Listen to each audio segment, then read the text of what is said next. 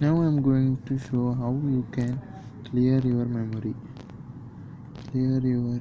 First of all, you need to go to My Files. In all the phones you can get My Files. In Android, every Android phones you can get My Files.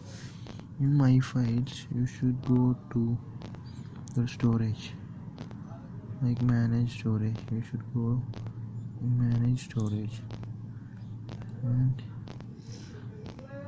you should get into your storage.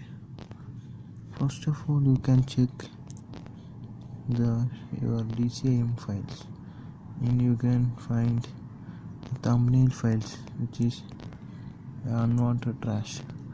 So you can remove it completely. It won't affect your phone with any kind of missing or something like that. After, you can go to your WhatsApp folder. You can check your WhatsApp folder, and you can delete these 3 folders. It won't affect your WhatsApp or anything. It's just unwanted files. So after, you can go to one by one folders in WhatsApp and remove it. Delete everything. Like images also, you can remove the sender files.